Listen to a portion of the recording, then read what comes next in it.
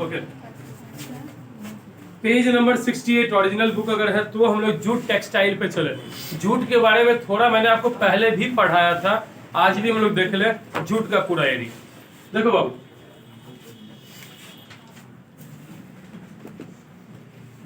अगर ये हमारा बिहार है,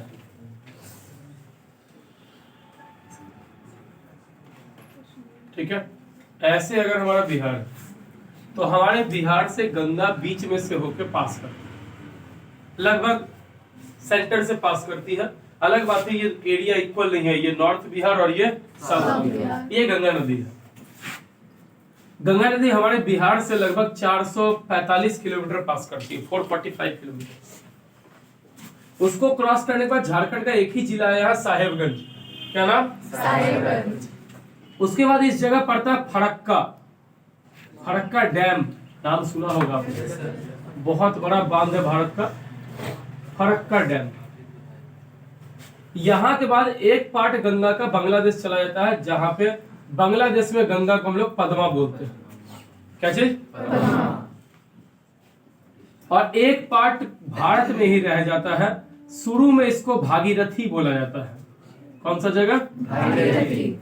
और बाद में इसी का नाम हो जाता है हुगली। बाद में इसी का नाम हुगली। इसी हुगली नदी के किनारे आपका हावड़ा और इस पार में कोलकाता बसा हुआ है। इधर हावड़ा और इस साइड कोलकाता। ये तो आप जानते हो। अब क्या हुआ, आपको पता है कि कोलकाता एक बड़ा फेमस पोर्ट है, बंदरगाह, पानी का जहाज यहाँ आता है। लेकिन ये तो नदी है ना, समुद्र यहाँ से है, इधर है ओशन, ये है बे ऑफ बंगाल। तो अगर इस नदी मतलब हुगली नदी में पानी कम रहेगा, अगर हुगली नदी में पानी कम रहेगा तो क्या बड़ा बड़ा जहाज इसके अंदर आ सकता है? नदी में नहीं आ सकता, बहुत दिक्कत होगा। इसी के तात्पर्य में कोलकाता से आगे यहाँ हल्दिया में एक पोर्ट बना गया। हम इसलिए थोड़ा बेहतर से बता रहे हैं इसको, क्योंकि अगले चैप्टर ट्रांसपोर्ट में पढ़ना ही है। अब देख लीजिए, ये हल्दिया, कोलकाता के जगह पे हल्दिया को क्या बनाया गया? पोर्ट। पोर्ट मतलब जहां पानी का जहाज आके लगेगा, ये बनाया गया। अब क्या है, हमारे यहाँ जूट का मिल, जूट को चाहिए क्या क्या? पहला चाहिए 25 डिग्री सेल्सियस से ज्यादा बारिश, दूसरा चाहिए एलुवियल सॉइल, उपजाऊ मिट्टी, तीसरा 25 डिग्री सेल्सियस से टेम्परेचर, सॉरी बारिश नहीं, और तीसरा चाहिए 250 सेंटीमीटर के लगभग बारिश। अगर रेनफॉल इतना होता है तो जूट प्रोड्यूसिंग स्टेट हमारा बहुत बेहतर होगा। चौथा चाहिए इसको ट्रांसपोर्ट, और पांचवा इसको चाहिए लेबर, चीप लेबर। ये एरिया, ये पूरा बंगाल और इसके हाफ पार्ट के बाद इधर बांग्लादेश है, इस साइड बांग्लादेश है, यही है सुंदरबन डेल्टा। जय गंगा, ये हुगली और ये पद्मा के बीच में जो ये बना हुआ ट्रायंगुलर सा बड़ा सा एरिया, ये है सुंदरबन डेल्टा। दुनिया का सबसे बड़ा नदी डेल्टा यही है। कौन सा डेल्टा? सुंदरबन डेल्टा। तो कष्ट? अब देखिए क्या, जूट को क्या चाहिए? 25 डिग्री सेल्सियस टेम्परेचर, और क्या चाहिए? अलुवियल मतलब उपजाऊ जलोढ़ मिट्टी जो नदी के किनारे पाई जाती है, 250 सेंटीमीटर से ऊपर रेनफॉल, बारिश, ट्रांसपोर्ट, और क्या चाहिए? अब ये सारा फैसिलिटी चाहिए किसको? जूट को। जूट को। अब गौर आप अच्छे से कीजिए, यहाँ फरक्का डैम में टूटने के बाद तो सरकार सोचा यार कोलकाता पोर्ट को भी बचाना है, तो क्या किया जाए? तो भारत सरकार फरक्का में बांध बनाई।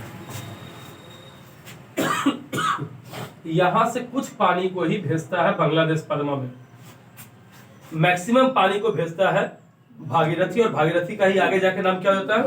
हुगली। इसमें भेजता है। अब जब इसमें पानी भेज रहा है बहुत ज्यादा, किस लिए भेज रहा है? ताकि कोलकाता में हमेशा भरा रहे, ताकि वहां पे कोलकाता तक जहाज आ सके बड़ा वगैरह।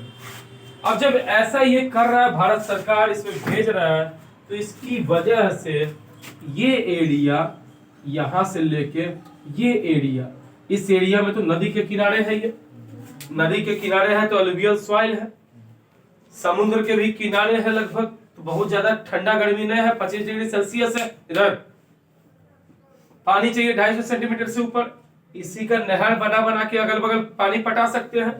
ट्रांसपोर्ट चाहिए, कोलकाता भारत का एक अकेला शहर है जिसका ट्रांसपोर्ट नेटवर्क सबसे बेस्ट है। क्यों? वहां 5 चीज है, बाकी किसी भारत के शहर में नहीं है ये। सबसे पहला रेलवे, हावड़ा स्टेशन पूरे इंडिया का सबसे बड़ा रेलवे जंक्शन है। 22 प्लेटफॉर्म है, 202 एक्सप्रेस ट्रेन और 198 पैसेंजर पर डे खुलती है। कहां से? हावड़ा से। लगभग 400 ट्रेन का ठहराव है। तो क्या ये बहुत बड़ा है कि नहीं? अगर जूट को हमको ट्रांसपोर्ट करना है तो रेलवे से कर सकते हैं।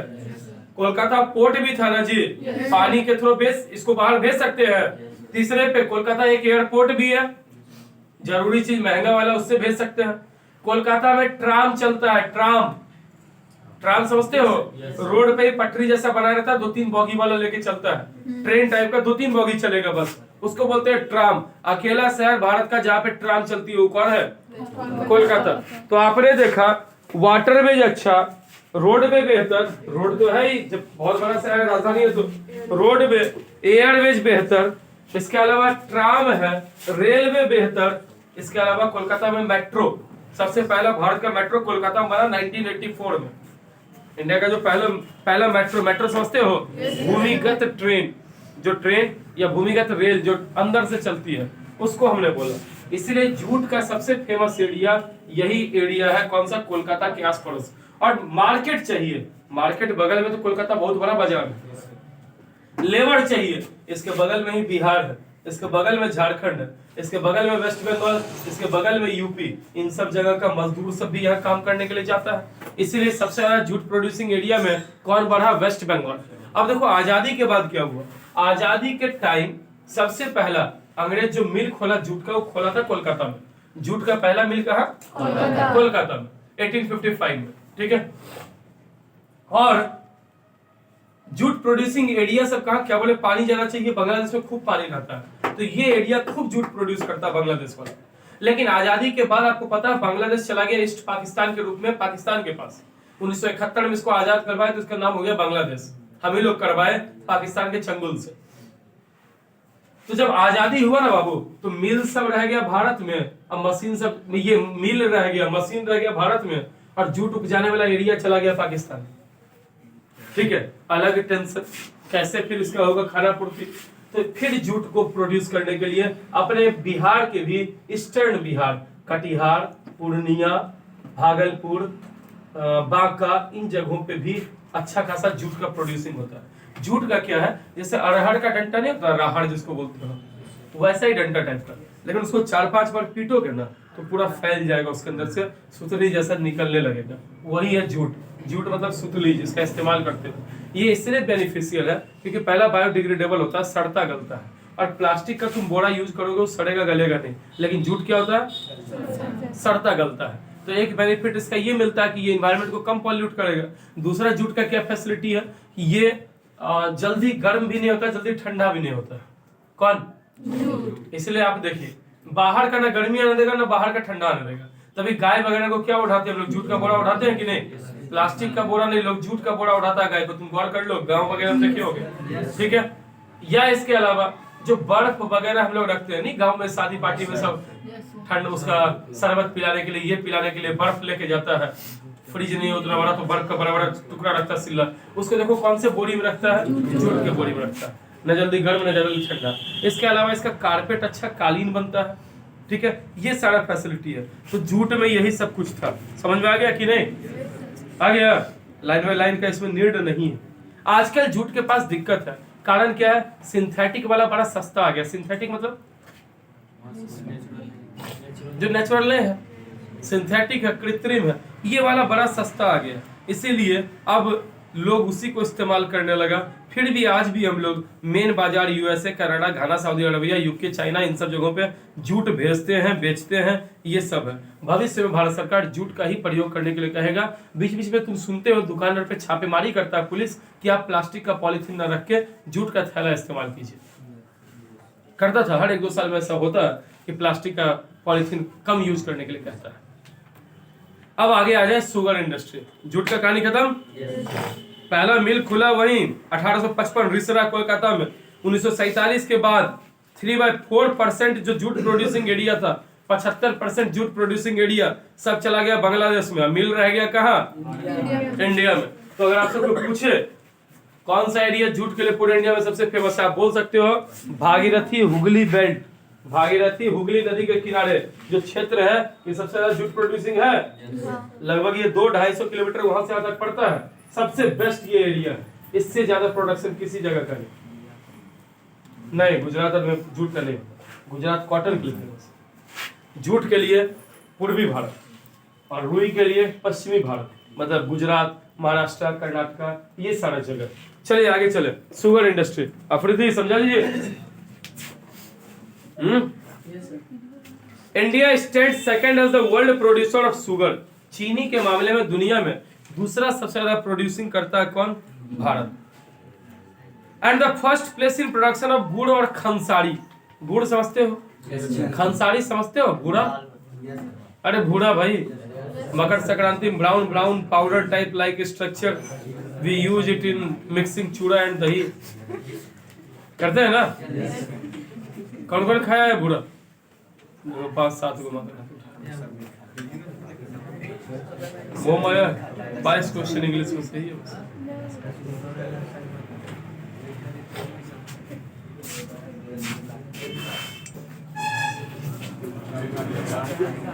तो इंडिया सेकंड नंबर में है किस चीज में?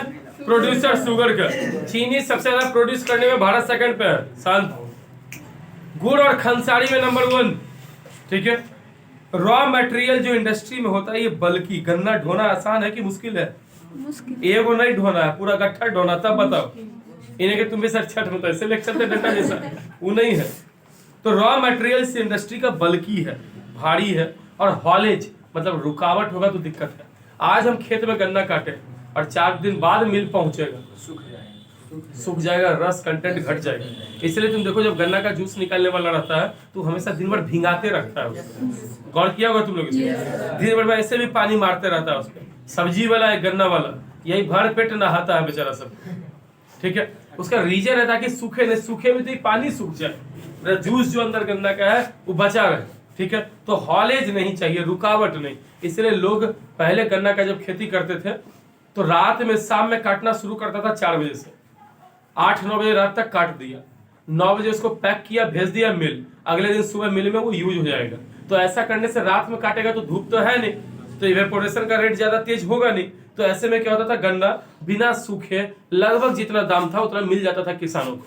अपने बिहार में पहले 13 चीनी मिल था, ठीक है। एक वारसलीगंज में था, एक कंगड़ सराय में था, इन सारे जगहों आजू बाजू का बता रहा। एट प्रेजेंट में रनिंग स्टेज में एक और सुगौली वाला बन गया अभी। बेगूसराय और समस्तीपुर के बीच में एक जगह हसनपुर, ई वाला हसनपुर नहीं, इधर, ठीक है, वहाँ हसनपुर। उस हसनपुर में एक चीनी मिल है, बाकी 1-2 बच्ची हॉस्टल में पढ़ती है, और सुगौली में चीनी मिल है, ठीक। तो 2 चीनी मिल मात्र बिहार में। बिहार में चीनी मिल धीरे धीरे बिहार का खत्म हो गया, लोगों ने गन्ना का खेती करना बंद कर दिया यहाँ। उसका सबसे बड़ा फैक्टर था चीनी मिल था, लेकिन इसमें मेन प्रॉब्लम क्या है, जो कोऑपरेटिव सोसाइटी है, ग्रुप 10-15 लोगों का, ये थोड़ा एकता ज्यादा दिखा दिया। दूसरा, हमारे बिहार में लालू जी आए, रोड खत्म हो गया। रोड खत्म हुआ तो जो हॉलेज होने वाला था वो और ज्यादा रुकावट होने लगा। सही टाइम पे गन्ना फैक्ट्री में नहीं पहुंचा। जब सही टाइम नहीं पहुंचा तो क्या वो गन्ना से निकाल सकते हैं जूस ज्यादा? नहीं। अब देखिए आगे पढ़िए, आपको पता चलेगा। Most of the raw material used in this industry is बल्कि, हॉलेज इसका सुक्रोज कंटेंट को घटा देगा। सुक्रोज मतलब मिठास। The mills are located in UP, Bihar, Maharashtra, Karnataka, Tamil Nadu, Andhra, Gujarat, Punjab, Haryana और मध्य प्रदेश। ये बिहार अब झूठा दिया हुआ है, अब बिहार का नहीं, पुराना डाटा इसलिए दिखा रहा है। 60% मिल यूपी और बिहार में है। यूपी में 80 से ज्यादा मिल है, 80 से ज्यादा गन्ना का मिल है। कहाँ पे? बहुत ज्यादा उत्पादन, सबसे ज्यादा यूपी, तब सेकंड पे चला गया महाराष्ट्र गन्ना उत्पादन। This industry seasonal in nature, seasonal होता है, कुछ महीने का काम। सो ये कोऑपरेटिव सेक्टर में फायदेमंद। कोऑपरेटिव सेक्टर समझते हो? जैसे हम लोग जितने लोग यहाँ पे हैं, हम लोग सब मिलके एक यूनियन बना ले कि हम लोग गन्ना अगर बेचेंगे तो किसी एक फैक्ट्री को बेचेंगे, ठीक है। गन्ना बेचेंगे तो किसी एक फैक्ट्री को बेचेंगे, पैसा लेंगे तो एक साथ लेंगे, देने जाएंगे तो एक साथ देने जाएंगे, और सब मिलके कुछ ना कुछ पैसा जमा कर देंगे बैंक में, जिसको जरूरत है वो निकाल के यूज करेगा, फिर जब बिक जाएगा गन्ना तो इस्तेमाल कर लो, क्योंकि गन्ना 9 महीने लगभग खेत में रहता है। अब मान के चलो हम लोग सब मिलके किए, अब मेरे ही परिवार में ज्यादा यूज पड़ गया, बहन की शादी करनी थी, खर्च हो गया, अब घर में खाने पीने के लिए भी नहीं है, तो हम क्या करेंगे, कोऑपरेटिव सेक्टर है तो वहां से पैसा कुछ ले लेंगे ताकि अपना काम चले, और जब मेरा गन्ना बिकेगा तो हम फिर उतना पैसा उसमें डाल देंगे। अभी जो राकेश टिकैत जो किसान नेता था, वही गन्ने वाला नेता है। ये गन्ना कोऑपरेटिव सेक्टर का हेड था मेरठ का, और वहीं से ये इतना आगे बढ़ गया। तो अब इसमें क्या होता है, सेक्टर का फायदा भी है। मान चलो गन्ना मिल बोला, गन्ना मिल का मालिक जो है वो बोला हम पैसा आपको अभी नहीं देंगे, 4 महीने बाद देंगे। हम लोग वहाँ ट्रैक्टर लगाए थे गन्ना लेके, वो आप आए चलो सब वापस लेके चलो, हम लोग सब वापस हो जाएंगे तो उसको घाटा है, उसका फैक्ट्री में क्या हो, तो हमारा मांग मानेगा। इसलिए एकता वहाँ दिखाना पड़ता है, तभी कोऑपरेटिव सेक्टर बनता है। कौन से इंडस्ट्री में, गन्ना का जो शुगर इंडस्ट्री है, इसमें लोगों का एकजुटता है ताकि पैसा सेम टाइम सबको मिले, एक रेट पे हम लोग बिकवाएंगे। हम लोग गए बोले 202 रुपये टन लो, अब बोला नहीं 196 लेंगे, हम लोग जिद पे आ रहे, नहीं माना, वापस लौटने लगेंगे, उसको घाटा लगेगा क्योंकि इतना किसान एक बार में लौट जाएगा, होगा तो बात मानेगा इस चीज को। इसलिए गन्ना इंडस्ट्री अकेले से है या कोऑपरेटिव सेक्टर का होना चाहिए। चलिए, can you explain why this so, क्यों इसमें कोऑपरेटिव सेक्टर चाहिए, क्यों आप समझा सकते हो। हाँ, बिकॉज कोऑपरेटिव सेक्टर बनने से लोगों को कभी भी लॉस नहीं होगा, कभी जरूरत पड़ी तो पैसा निकाल भी सकते हैं, और सब मिलके एक साथ डिसाइड करेगा गन्ना किसको देना है किसको नहीं देना। In recent year there is a tendency for the mill to shift and concentrate in southern and western state. अभी हाल फिलहाल के सालों में 20-25 सालों में अधिकतर गन्ना मिल दक्षिण भारत में या पश्चिमी भारत, गुजरात के साइड इधर शिफ्ट हुआ। कारण क्या है, खास करके महाराष्ट्र में शिफ्ट हुआ, क्योंकि एक गन्ना जो तुम बिहार में लगाते हो, जो महाराष्ट्र में लगाते हो, महाराष्ट्र की मिट्टी कुछ ऐसी है कि वहां पे सुक्रोज कंटेंट, मिठास ज्यादा है, मिठास ज्यादा है, इस वजह से वहां का गन्ना बेहतर क्वालिटी का होता है। कहाँ का, महाराष्ट्र का। साथ में कूलर क्लाइमेट, महाराष्ट्र में उतना बहुत गर्मी नहीं है जितना हमारे बिहार में है, तो क्रश करना मतलब उससे गन्ना निकालने में भी आसान रहता है। कोऑपरेटिव एक मेजर सक्सेसफुल है इन सारे राज्य में। मेजर चैलेंज, अभी गन्ने के इंडस्ट्री में क्या दिक्कत हो रहा है, पहला हमारे यहाँ जितना इंडस्ट्री है सब पुराना मेथड का है, आउटडेटेड है, तो क्या वो अच्छा परफॉर्मेंस देगा, नहीं, पुराने मेथड का, ओल्ड है, इनएफिशिएंट है, ट्रांसपोर्ट डिले, रोड अच्छा बहुत जगह नहीं बना हुआ है, तो इसकी वजह से 1-2 दिन लेट हो जाता है, तो गन्ना का सुक्रोज कंटेंट बढ़ेगा कि घटेगा, मिठास घटेगा जी, क्यों, सूखेगा, किसकी वजह से, सनलाइट, इवेपोरेशन। और मैक्सिमाइज करें हम इसके बैगेज के इस्तेमाल को। बैगेज समझते हो, वो जो गन्ना रस निकालने के बाद वो जो सूखा हुआ सा लकड़ी जैसा पड़ता है, वो वेस्टेज नहीं बाबू, उसको डीजल वगैरह में डाल के प्रोसेस करने से अगर उसको पीस दिया जाए तो वो जलता है बहुत अच्छा, फर्स्ट क्लास जलता है, इसी से इथेनॉल वगैरह बनता है, ठीक है। और 2030 तक पेट्रोल में 10% आपको यही मिला हुआ दिखेगा। ब्राजील एक ऐसा देश है जो पेट्रोल का इस्तेमाल कम और गन्ना का जो बैगेज है, उसका जो रस वगैरह निकला हुआ एक्स्ट्रा, उससे ज्यादा जलाता है, गाड़ी को चलाता है, इसलिए ब्राजील बहुत अच्छा इस्तेमाल करता है। वर्ल्ड में नंबर 1 पे गन्ना वाले में ब्राजील ही है। दुनिया में एक बहुत छोटा देश है लेकिन गन्ना का खूब खेती करता हुआ है, क्यूबा, इसलिए इसको बोलते हैं बाउल ऑफ शुगर, चीनी का कटोरा, इसको बोलते हैं। वर्ल्ड में नंबर 1 पे कौन है, ब्राजील, सेकंड पे कौन, भारत।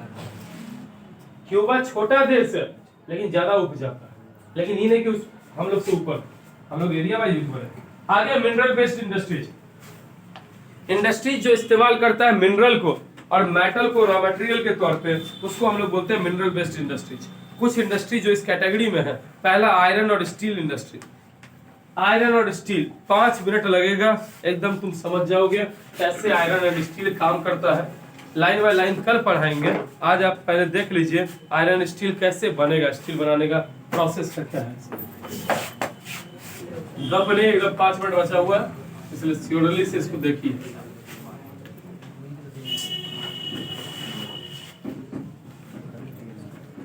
कौन से एरिया में जूट का खूब खेती होता है, वेस्ट बंगाल, पूरे वेस्ट बंगाल, तो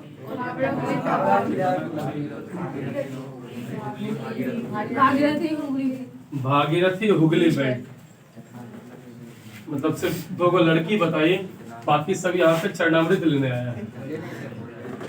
बोला साफ, बोला कहाँ गलत बोला। चलिए गौर कीजिए,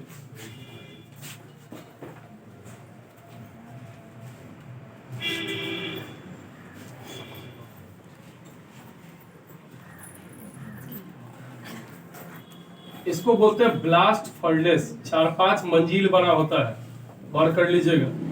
भट्टी भी बोलता है फर्नेस, ब्लास्ट फर्नेस जहाँ स्टील बनता है। स्टील को 3 चीज चाहिए, उसको चाहिए रेशियो 4:2:1। मेन 3 चीज चाहिए स्टील बनने का, आगे तो और भी। सुन लो इधर देखो ध्यान से, 5 नंबर का था लिखने के लिए। 4 हिस्सा चाहिए इसको आयरन ओर, लोहा। 2 हिस्सा चाहिए कोकिंग कोल, और 1 हिस्सा चाहिए लाइमस्टोन चूना। अब देखिए क्या है। सबसे पहले कोल फ्रॉम माइंस लाए, मतलब खान, माइन मतलब खान। खान से कोयला आया तो उसको सीएचपी में भेजते हैं। सीएचपी का फुल फॉर्म है कोल हैंडलिंग प्लांट। क्या चीज? जो कोयला आता है सबका सब बेस्ट क्वालिटी ही नहीं रहता है, कुछ कमजोर भी होता है, कुछ ढेला भी आएगा, कुछ गंदगी भी निकल के आएगा जमीन के अंदर।